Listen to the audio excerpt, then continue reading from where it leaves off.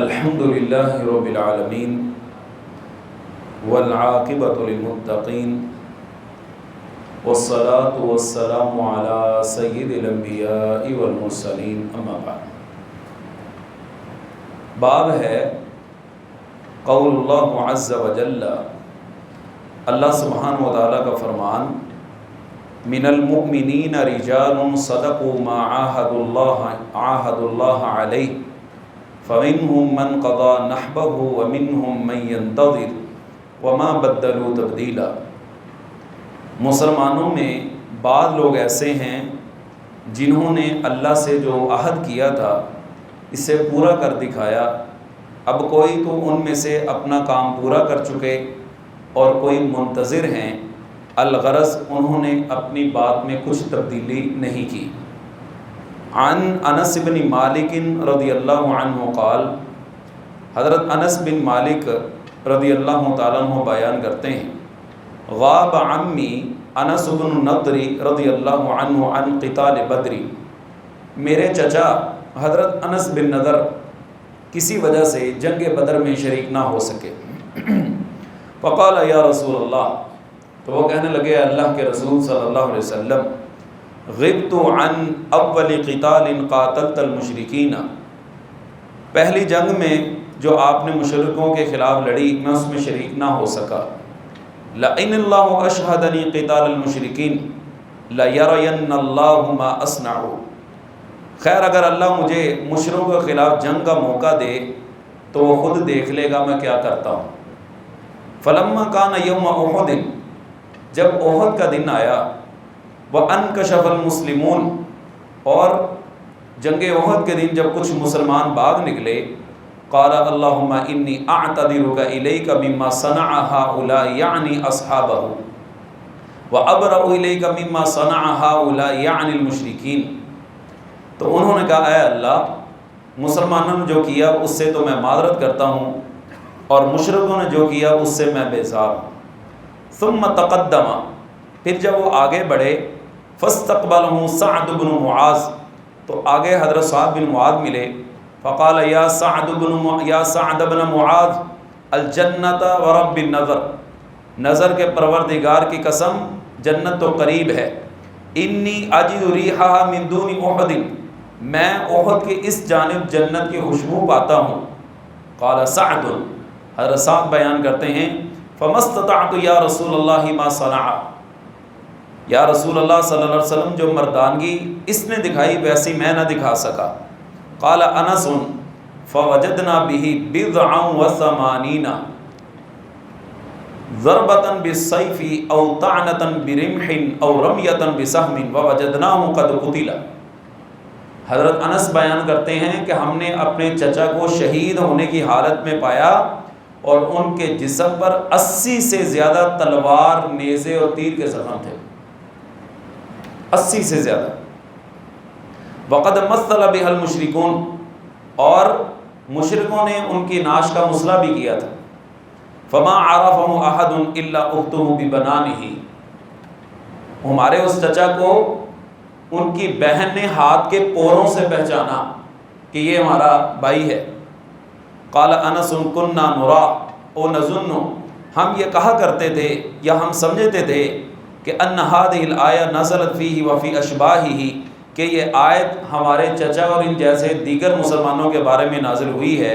من المؤمنین رجال صدقوا ما عاہدوا اللہ علیہ، کہ مومنوں میں سے بعض بندے ایسے ہیں جنہوں نے اپنے وعدہ پورا کر دکھایا۔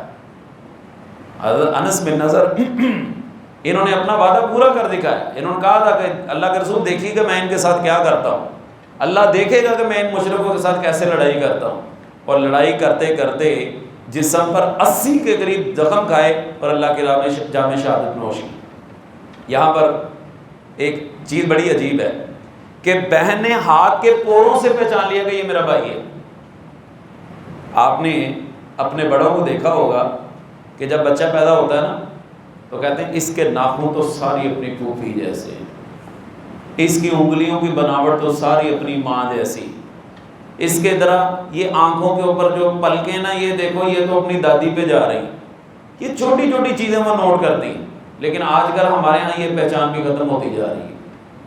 بچے کے جو نئے نقش ہے نا وہ دیکھنے کی جسارت کوئی نہیں کرتا، بس یہ دیکھتے ہیں کہ منڈا چٹا ہے کہ کالا ہے۔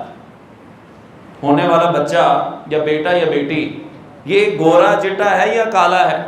اگر گورا چٹا ہے تو یہ معیار ہے خوبصورت ہونے کا، اور اگر اس کا رنگ سانولا ہے یا کالا نکل آیا ہے تو یہ بدصورت ہے، معاذ اللہ۔ ہمارے ہاں یہ معیار رہ گیا ہے خوبصورتی کا۔ وہ کہنے والے نے بڑی پیاری بات کہی کہ اگر سفید رنگ خوبصورتی کی علامت ہوتا نا تو کفن کا رنگ سفید نہ ہوتا۔ کفن کا رنگ تو انسان کی جان نکال دیتا ہے، اور اگر کالا رنگ ہونا بدصورتی کی علامت ہے تو بیت اللہ کا غلاف جو ہے وہ کالے رنگ کا نہ ہوتا۔ عجیب معیار، یعنی نین نقش کو نہیں دیکھا جاتا، رنگت کو دیکھا جاتا ہے کہ اگر گوری چٹی ہے تو یہ خوبصورت ہونے کی علامت ہے، اور اگر گوری رنگت نہیں ہے، رنگ سانولا ہے یا گندمی ہے تو پھر کیا ہے، یہ خوبصورت نہیں۔ بعض لوگ ان کا رنگ کالا ہوتا ہے لیکن اللہ تعالیٰ ان کے نئے نقش بڑے خوبصورت بنائے، اور بعض لوگ سفید رنگ، ان کی چمڑی چٹی تو ہوتی ہے لیکن نئے نقش نہیں ہوتے۔ آج کل معیار رشتہ کرتے وقت بھی یہی بن چکا ہے، رشتہ کرتے وقت بھی معیار یہی بن چکا ہے کہ بیٹے کے لیے بیٹی کون سی لانی ہے، گوری چٹی، یہی خوبصورتی کی علامت ہے، معاذ اللہ۔ وقال ان اختہ وہی التی تسمى الربیع کسرت ثنیۃ امرأۃ، حضرت انس کا بیان ہے کہ ان کے بہن جن کا نام ربیع تھا ایک عورت کے سامنے کے دانت توڑ دیے تو رسول اللہ صلی اللہ علیہ وسلم نے قصاص کا حکم دیا، انہوں نے کسی عورت کے دانت توڑ دیے۔ فقال انس یا رسول اللہ، حضرت انس کہنے لگے اللہ کے رسول صلی اللہ علیہ وسلم، والذی بعثک بالحق، اس ذات کی قسم جس نے آپ کو حق دے کے بھیجا ہے، لا تکسر ثنیتها، ہماری اس عزیزہ کے دانت نہیں توڑے جائیں گے۔ فرضوا بالعرش وترکوا القصاص، چنانچہ مدعی دیت پر راضی ہو گئے اور انہوں نے قصاص معاف کر دیے۔ فقال رسول اللہ صلی اللہ علیہ وسلم، رسول اللہ صلی اللہ علیہ وسلم فرمانے لگے، ان من عباد اللہ، اللہ کے بندوں میں سے بعض ایسے ہیں، من لو اقسم علی اللہ لابرہ، اگر وہ اللہ کے اوپر کوئی قسم ڈال دیں تو اللہ ان کی قسم کو پورا کر دیتا ہے۔ قسم کھائی تھی نا کہ ان کے دانت نہیں توڑے جائیں گے، تو مدعی نے کیا کیا، وہ دیت کے اوپر راضی ہو گیا کہ چلیں آپ کے ساس رہنے دیں، ہمیں دیت دے دیں، تو اللہ سبحانہ و تعالیٰ نے ان کی بات کو پورا کر دیا۔ ایک حدیث میں آتا ہے اللہ کے بعد پراگندہ بندے ایسے ہیں جن کی حالت ذات عام مسکینوں والی درویشوں والی ہوتی، لیکن جب وہ اللہ سبحانہ و تعالیٰ پہ قسم ڈال دیتے ہیں کہ اللہ کی قسم ایسے ہوگا، اللہ ان کی قسم کو پورا کر دیتا ہے۔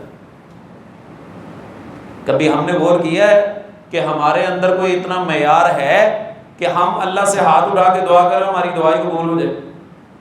ہم دعا کرنی ویسے ہی چھوڑ گئے۔ اگلی حدیث عن زید بن ثابت رضی اللہ عنہ قال نسخت الصحف فی المصاحف، میں قرآن مجید کے وہ مختلف پرچوں سے نقل کر کے یکجا کیا کرتا تھا، ففقدت آیۃ من سورۃ الاحزاب، تو سورۃ احزاب کی ایک آیت مجھے نہ ملی، كنت اسمع رسول اللہ صلی اللہ علیہ وسلم یقرأ بها، وہ آیت میں رسول اللہ صلی اللہ علیہ وسلم کی زبان مبارک سے سنا کرتا تھا، فلم اجدها الا مع خزیمۃ الانصاری، مگر وہ آیت مجھے کہاں سے ملی؟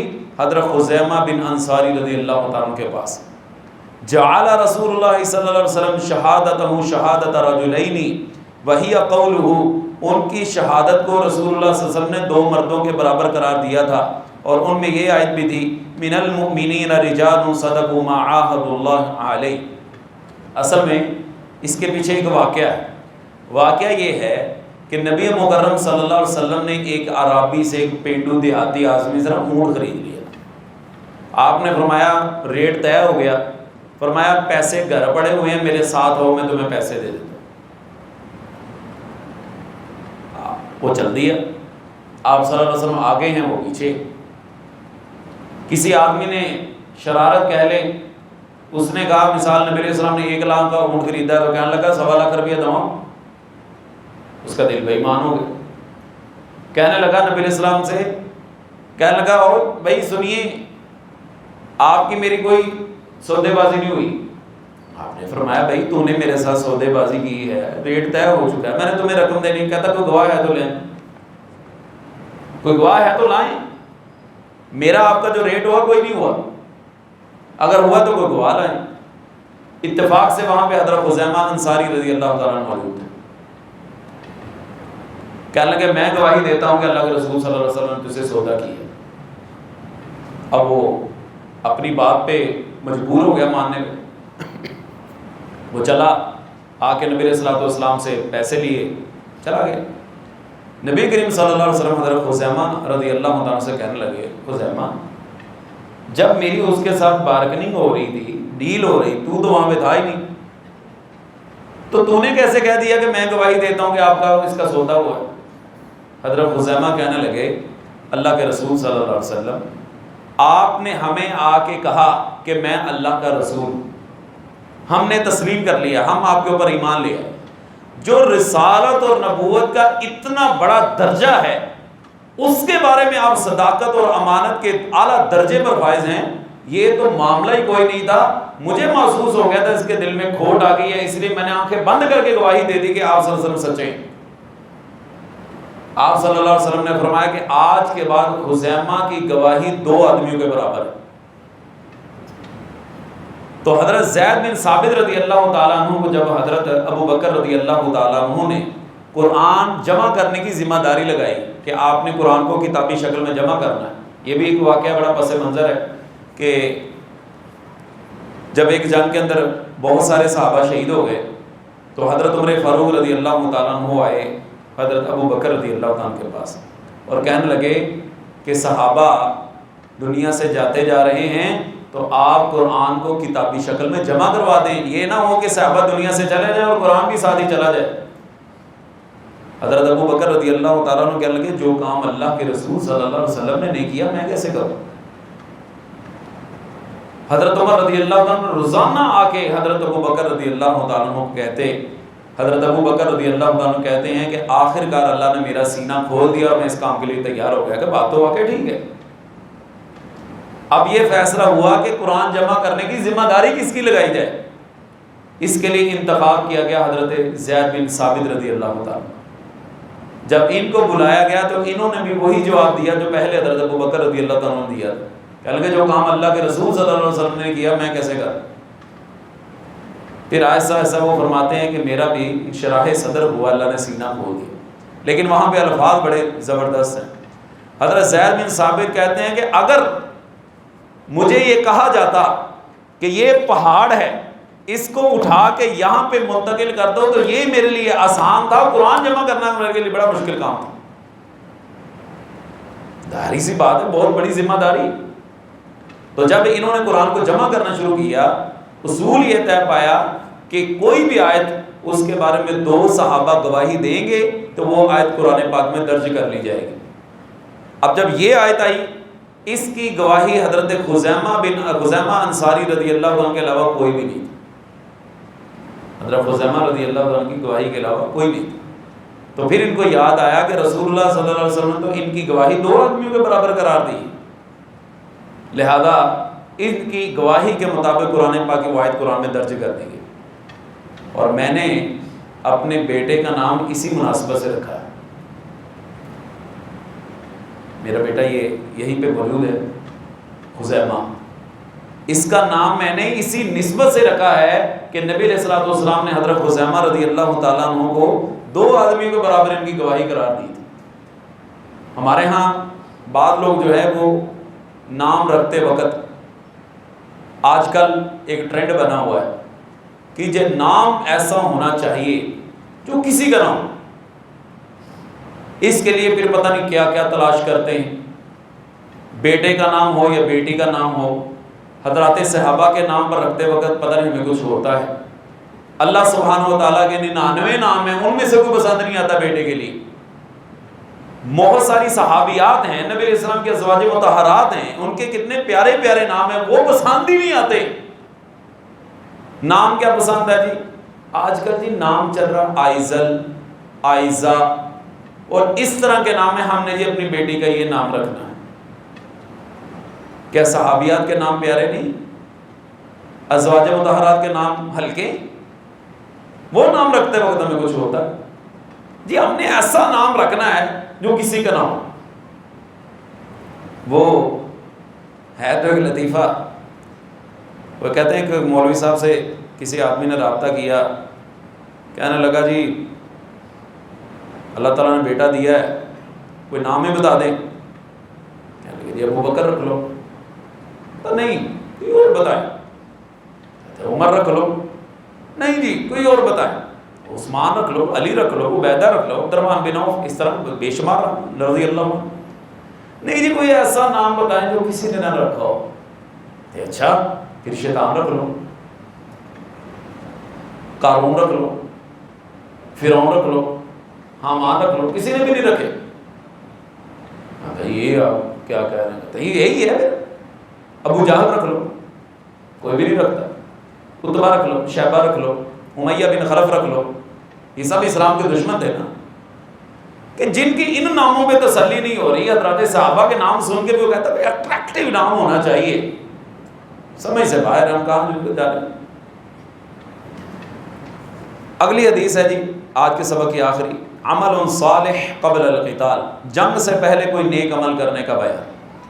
حضرت براء بن عازب رضی اللہ تعالیٰ عنہ سے روایت ہے، اتن نبی صلی اللہ علیہ وسلم راجل مقنع، رسول اللہ صلی اللہ علیہ وسلم کے پاس ایک شخص ہتھیاروں سے لیس ہو کر آیا، فقال یا رسول اللہ، کہنے لگا اللہ کے رسول صلی اللہ علیہ وسلم، اقاتل و اسلم، میں جہاد کروں یا پہلے مسلمان ہو جاؤں؟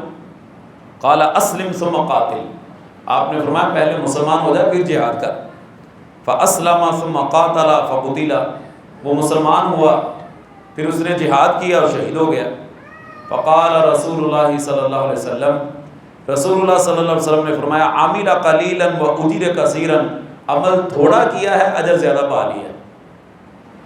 عمل تھوڑا کیا ہے، یعنی دیکھیں نا، اسلام لائے، اسلام لانے کے بعد جہاد کیا، جہاد میں شریک ہو گئے، شہید ہو گئے، جنت میں چلے گئے۔ بسا اوقات ایک عمل انسان کا جو ہے وہ اس کے لیے نجات کا ذریعہ بن جاتا ہے۔ وہ کیسے، اقبال کا غالباً شعر ہے نا، وہ ایک سجدہ جسے تو گراں سمجھتا ہے، ہزار سجدوں سے دیتا ہے نجات انسان کو۔ یہ ہے بسا اوقات چھوٹا سا عمل جسے انسان یہ سمجھتا ہے کہ شاید کچھ بھی نہیں ہے، وہی انسان کے لیے نجات کا ذریعہ بن جاتا ہے۔ وہ مشہور واقعہ ہے کہ وہ ایک بدکار عورت جو جا رہی تھی، پیاس لگی، کنویں میں اتری، پانی پیا، کنویں سے باہر دیکھا کتا ہے گیلی مٹی چاٹ رہا ہے، پیاس لگی، اسے اپنی پیاس یاد آ گئی، لہذا اس نے اپنے اس موزے میں پانی بھر کے اس کو پلایا۔ اب کیا ہے کہ اللہ سبحانہ و تعالیٰ کو یہ نیکی اس کی اتنی پسند آئی کہ اللہ نے اس کو معاف کر دیا۔ ایک جانور کو پانی پلانے کی وجہ سے اللہ تعالیٰ نے معاف کر دیا، تو اللہ تعالیٰ کے بندوں کے ساتھ شفقت کرنے کے ساتھ کتنا اجر ملتا ہوگا۔ بہرکیف اللہ سبحانہ و تعالیٰ ہمیں صحیح معنوں میں قرآن و حدیث کے مطابق زندگی گزارنے کی توفیق عطا فرمائے۔ وآخر دعوانا الحمد للہ رب العالمین۔